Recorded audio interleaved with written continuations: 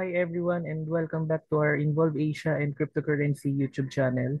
Nakikita natin ngayon yung isang email na na-receive ko earlier this morning from Google AdSense. Ang sabi dito, update your information to get paid.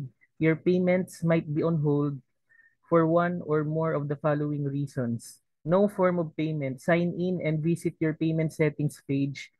Manage your payments profile at pay.google.com. Okay. So ang gagawin natin dito, i-follow natin tong link na to para ma-set up yung payment setting natin for YouTube monetization. Okay, nakikita natin dito yung dalawang option to click on manage. Ito yung aking publisher ID sa taas. So paid monthly, if the total is at least $100 your payout threshold. So click natin itong manage.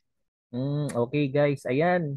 So makikita natin dito, sa wakas na-meet na rin natin yung ating payment threshold for YouTube monetization. So we can now expect na makakasahod na tayo sa YouTube. So ito yung ating unang sahod sa YouTube for our Involve Asia and Cryptocurrency YouTube channel. Makikita natin dito yung total earnings natin para sa ating unang payout ay $107.41.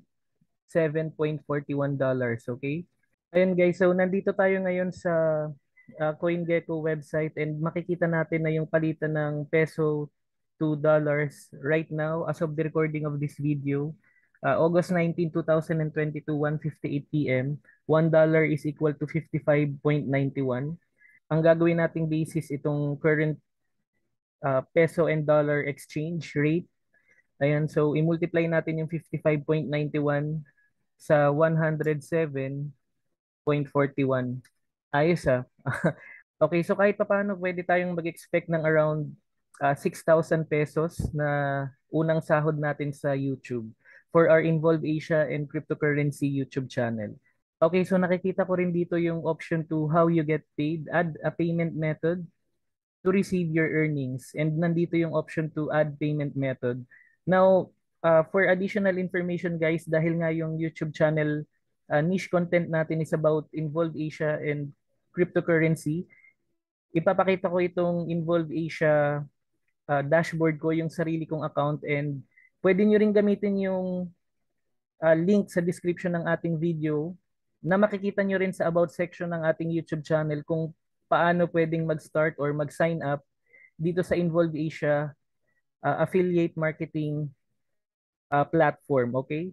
So, passive income to and wala kayong kailangang puhunan, libre to. And ang maganda dito, ang kailangan nyo lang gawin ay i-maximize yung inyong mga social media account like Facebook, YouTube, even TikTok, saka yung WhatsApp para i-share yung mga affiliate marketing links from top brands and leading advertisers. So every time na may magkiklik ng ating mga affiliate marketing links and magko-convert ito into sale, nagkakaroon tayo ng commission dito and nagkakaroon tayo ng passive income. Okay? So as proof of payment for Involve Asia affiliate marketing, ito yung sample ng aking payment history.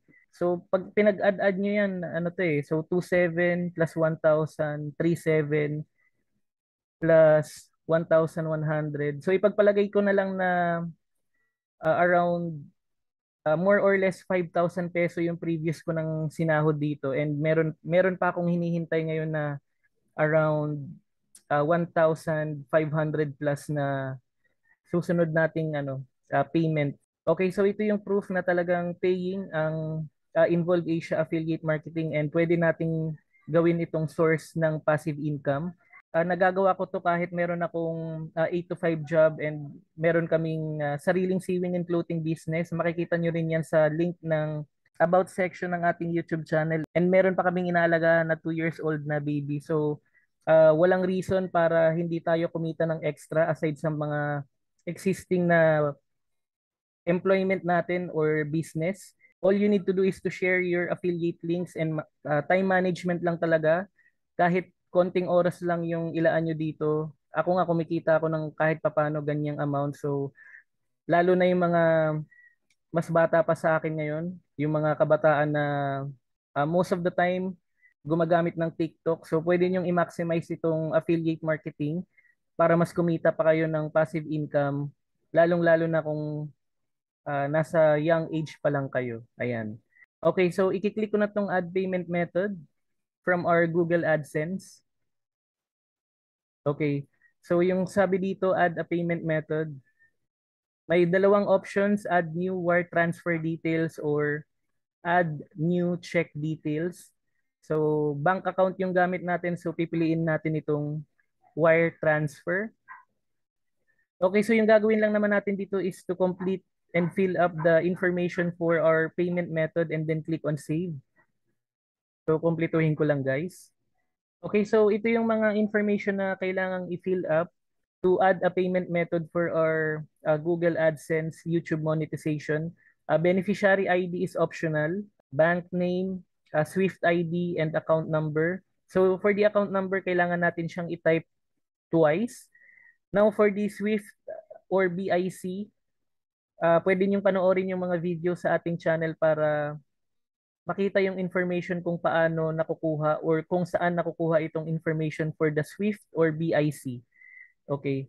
Nakalagay ito sa ating dedicated playlist for Involve Asia Affiliate Marketing, yung mga videos natin about how to set up your payment settings for Involve Asia. Ayan. So, kukumpletuhin ko lang i-fill up ito and lahat naman ng mga details na kailangan for YouTube monetization, add a payment method, nakikita ko rin na existing na sa ating Involve Asia Affiliate Marketing account. So, ikakopy lang natin yan lahat.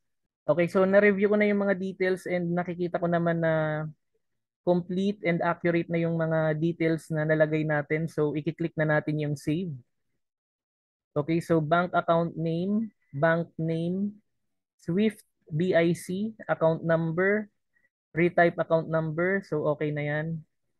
Save na natin. Okay, so nakikita natin dito sa ating Google AdSense na populated na or may information na nakalagay for our payment method. So, sana in the next few days, ma-receive na natin yung una nating sahod sa YouTube, okay? Okay, so thanks for all the support for our Involve Asia and Cryptocurrency YouTube channel. You can also explore all the videos and playlist na makikita nyo sa ating YouTube channel about Involve Asia, affiliate marketing, and cryptocurrency niche content.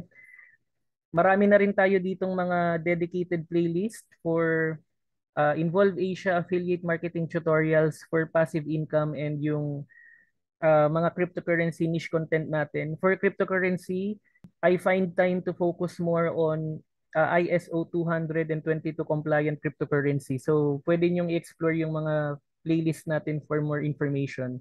Dito naman sa about section ng ating YouTube channel, marami pa kayong makikitang mga income generating business ideas online.